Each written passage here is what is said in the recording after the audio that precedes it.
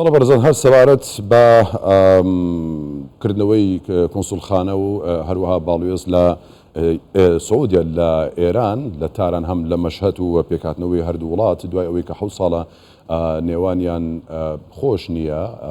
بەهۆی ئەوەی کە هاوپەیمانێتی وڵاتانی عەرەبی دژی جەنگ لەگەڵ حوسیەکانی یەمەن سعودیا سەرکردایەتی دەکرد ئەمە گرفت کەوتە نێوان هەردوو وڵاتەوە دوجار هەردوو وڵات ئێستا لە گفتوگۆکردن و ڕێککەوتن و هەروەها پەیوەندیەکانی نێوانیان بەهێز دەبێتەوە گفتوگۆ لەگەڵ بەڕێز ئەردەشێر پەشەنگ مامۆستای پەیوەندی نێودەوڵەتیەکان دەکەین لەم بارەوە. بەڕێز ئەردەشێر سڵاوت لێبێت، دوای 7 ساڵ کەم دوو وڵاتە لە یەکتری بەعز و قسەیان لەگەڵ یەکتری نیە، دوجار کۆنسوڵخانە و باڵیۆز لە تاران و لە مەشهەد دەکەنەوە پەیوەندیەکان گۆڕانکاریان بەسەردادێت، ئەمە واتای چی؟ ئەماژتان بێکرد بەمانایە وەسەکە لە دوای 7 ساڵ دوو وڵاتی زلهێزی ناوچەوی یعنی ئێران و عەرەبستانی سعودی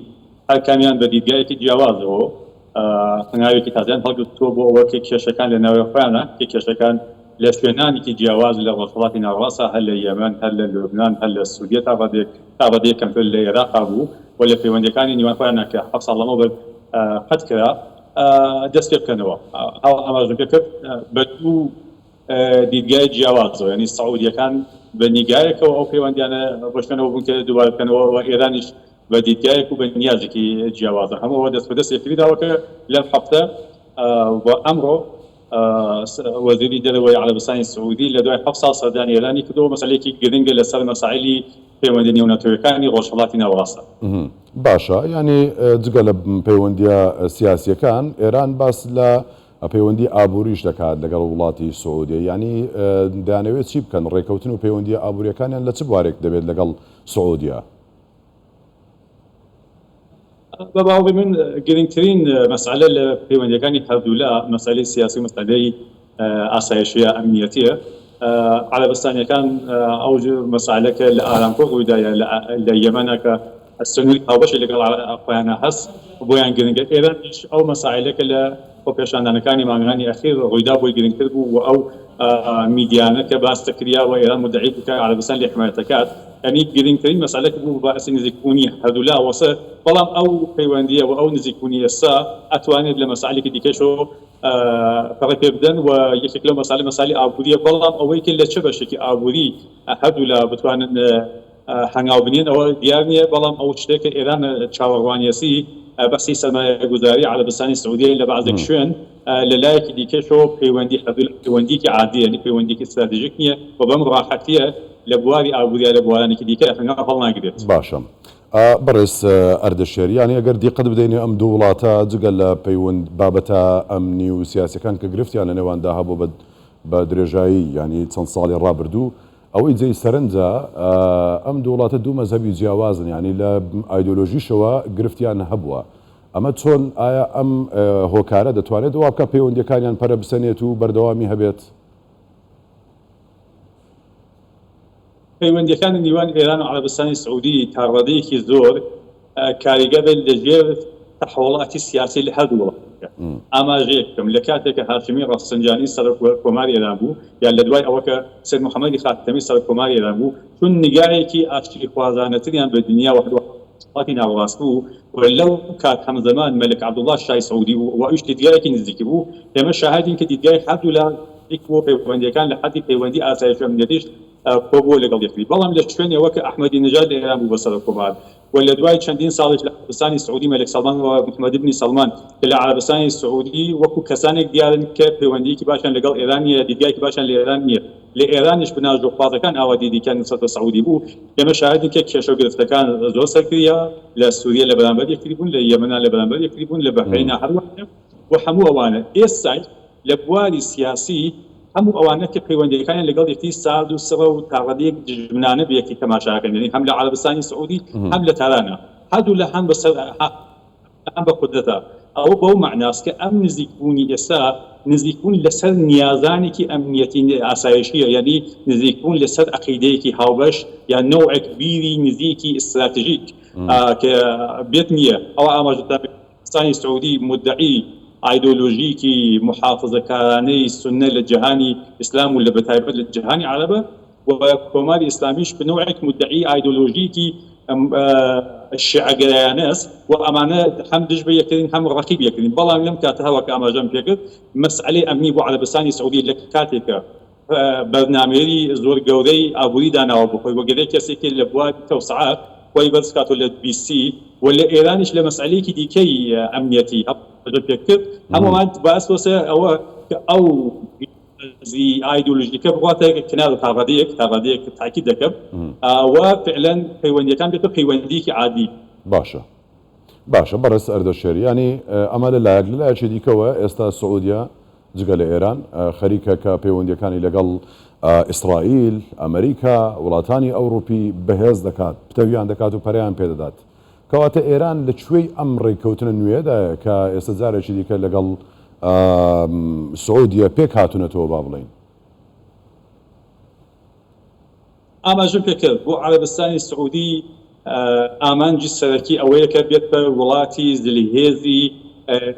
ئەمن و ئاسایش لە ڕۆژهەڵاتی ناوەڕاست یعنی دەکۆشێت کە پەیوەندیەکانی لەگەڵ تەواو دنیا بێشتر بکاتەوە نوعێک باڵانس لە سیاسەتی دەرەوەی خۆی چ لەگەڵ ئەمریکا و وروپایەکان چ لەگەڵ چینی و ڕووسەکان دابنێت و لە ناوچەکەیش تەمامی ئەو مەترسیانەکە ئەمنیەت و ئاسایشی عەرەبستان ئەواتە ژێرسوال حەل بکات. کتێبێک ئەخیرەن لە یەکێک لە وەزیرەکانی عەرەبستانی سعودی بەڵاو بووە لەو کتێوە پرسیارێکیان لێ کردووە و وەڵامی ئەو پرسیارە زۆر گرنگە ئێژن خراپترین شتەی ڕۆژی ژیانت دەژیانی کاری چه ڕۆژێک بوو ئەو ڕۆژەکە هێرشی موشکی کریا سەر ئارامکۆ و ئێمە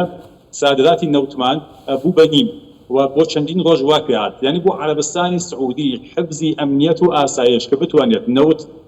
سادرات بکات داهاتێکی زۆربانی بێت لە لایەکی دیکەش و تەوسعەکانی خۆی بۆ ئەو بەرنامانەکە مەلک سەڵمان و وەلیعهدی عەرەبستان هامبەشوێنیە پێویستی بە نوعێک ئەمنیەت هەست بۆ سباعەسیەوە کە کێشەکانی لەگەڵ ئێران کە ئەو کێشانە لە یەمەن تایبەت خۆی نیشان دەدات کەم کاتەوە کە بتوانێت ئەو کێشانە بەرنامە تەوسعەکانی خۆی بواتە بەرەوە لەسەر ئەوە ئێران یەکێک لە ئەکتەرەکان لە کناری بەقەی ئەکتەرەکان هەواکە ئاماژەتان پێکرد ئامریکایەکان چینیەکان ڕووسەکان و هەتا ئیسرائیلیەکان و عەرەبستان فکر دەکەم کە هەنگاو بە هەنگاو ئەکتەبەت کە پەیوەندیەکانی لەگەڵ لایەنانێکی دیکە باش بکاتەوە و ڕەنگە لە 1-2 ساڵی داهاتوش لەگەڵ ئیسرائیل هەواکە دەزانین ئێستا دیپلۆماسیەکی نهێنییان هەست لەگەڵ ئەو دیپلۆماسی نهێنیە بڕاتە دیپلۆماسیەکی کاڵەوان ئاشکرا و دیار. باشە دێنە سەر بابەتێکی دیکە چین لە ناوچەکەدا تەراتێن دەکات ئەوە تا سعودیە و ئێران پێک دەهێنێتەوە ڕێککەوتنی ئابووری لە ناوچەکە دەکات دەچێت لەگەڵ وڵاتانی دیکە پەیمانەتی دروست دەکات کە لە کاتێکدا لە ساڵانی ڕابردوو لە ناوچەکەدا ئەمریکا بەهێز بوو ئەمریکا چۆن دەڕوانێتە ئەم حرەکات و بزوتنەوە و یاخود جوڵانەوەکانی چین لە ناوچەکەدا؟ من تأكيد دەکەم هێشتاش ئەمریکا دەوڵەتی بەهێزی ڕۆژهەڵاتی ناوەڕاستە بەڵام استراتیژیەکەی لە ڕۆژهەڵاتی ناوەڕاست و لە پەیوەندی نێوەتەوەکانی گۆڕاوە بۆ ئەمریکا ئێستا گرنگترین شوێن ئاسیای پاسیفیک و سنوورە هاوبەشەکانی لەگەڵ چینە و چین وەکو ڕقیبێکی جدی بۆ خۆی دەزانێت و تەمامی تەمەرکوزەکەی خەریکە ئەوات بۆ ئەو شوێنە بەڵام هێشتا تا ساڵانی داهاتوو ئەمریکا هەمچنان هێزی ئەوەڵە بەڵام بەو معنای نییە کە ئەمریکا ئێرادە بکات هێرش بکاتە ئەفغانستان ئێرادە بکات هێرش بکاتە عێراق بە معنای ناتوانی نییە بە معنای وەسەی نەیگەڕێکە کە دیسان 2000 یا 3000 میلیارد دلار لە عێراق و لە منطقەکە خەرج بکات ئەمریکا ها بە شوێنیەوە کە ئەو پەیوەندیانە نزم بێتەوە نزیک بێتەوە کێشەی ئەمنی لە ڕۆژهەڵاتی ناوەڕاست نزم بێتەوە و بنەوعێک چینیش واردی گەمەکانی ناو ڕۆژهەڵاتی ناوەڕاست بە چین تا ئەمڕۆ لە زۆرێک لە شوێنەکان ورودی نەکردووە لە شوێنانێک کە ئەمریکا و وڵاتە ئەوروپایەکان هاتوون پارەیان داوە سەربازیان ناوەدە چین هاتۆ لە بواری ئابووری بە کەمترین حەزینە بێشترین بەهرەی بردووە بەڵام ئەمڕۆ نوعێک نیگایەکی ئەمریکایەکانە وەسەکە چینیش دەرگیری مەسائل و کێشەکانی ڕۆژهەڵاتی ناوەڕاستکەین لە لایەکی دیکەوە چین پێویستێکی زۆری هەم بە بازاڕی گەورەی ڕۆژهەڵاتی ناوەڕاست عێراق چای وڵات عەرەبیەکانی کەنداوی پارسە چ ئێرانێک هەست و لە لایەکی دیکە و بە یعنی بە نەوت و گازی منطقەکە و سەرمایە گوزاریەکی گەورەیەکە سعودیەکان و وڵات عەرەبیەکان هەستیان هەمووەمان بەدەست یەکتریداوە کە چین بکۆشێت ڕۆڵێکی تازە و ڕۆڵێکی گەورەتری لە ڕۆژهەڵاتی ناوەڕاست بەڵام بە معنای ئەوە نییە کە چین جێگای ئەمریکا دەگرێت چین هەڕەدەیەک بازیکی بێشتر دەکات ئەو بازیشە دەتوانێت جێگای ئەمریکا بگرێت پێی دەکرێت فکر ناکەم بەو معنا بێت کە جێگی ئەمریکا بگرێت بەڵام لە فترەیەک کێشەکان کە پێشتر چینیەکان خۆیان لادا بۆ ورودیان نەکرد لەمە دووە چوون پێویستیان بە سەرمایە و داهات لە ڕاست بە نەوت و گاز بێشتر بووە مەجبور دەبێت چین بێشتر بێت لەو زمانەکە ئەمریکا ئێرادەیەک و نیەتێکی نییە کە ورود بکات یعنی هەواکە شاهدین لە دوای 20 ساڵ ئەفغانستانی ڕادستی تاڵەبان کرد لەگەڵ ئێرانە تا ڕادەیەک کێشەکانی کەم کردوەوە دەرکۆشێت کە کێشەکان کەم بێتەوە و خەریکە دەرکۆشێت کە هەواکە ئاماژەم بکرد ڕۆژهەڵاتی ناوەڕاست کە پێشتر لە بواری ئستراتیژیک مهمترین و گرنگترین شوێن بۆ ئەمریکایەکان بوو ئەمڕۆ ئەوە نییە ئەمڕۆ ئاسیای پاسیفیکە گرنگترین شوێن بۆ ئەمریکایەکانە بەڵام گرنگایەتی ڕۆژهەڵاتی ناوەڕاست بۆ ئەمریکا هەرماوە بەڵام وەکو جاران نە باشە دو پرسیار لێ دەکەم ئەویش مەسلەی بابەتی کورد لەکوێ ئەم هاوچێشە نێوان ئەم پەیوەندی و ڕێکەوتنی وڵاتان و جوڵێ ئەو وڵاتانە لە ناوچەکەدا کورد لەکوێ ئەم هاوچێشەدا بە تایبەتی ڕۆژهەڵاتی کوردستان بە یاتیبارەوەی کە بەشێکە لە ئێران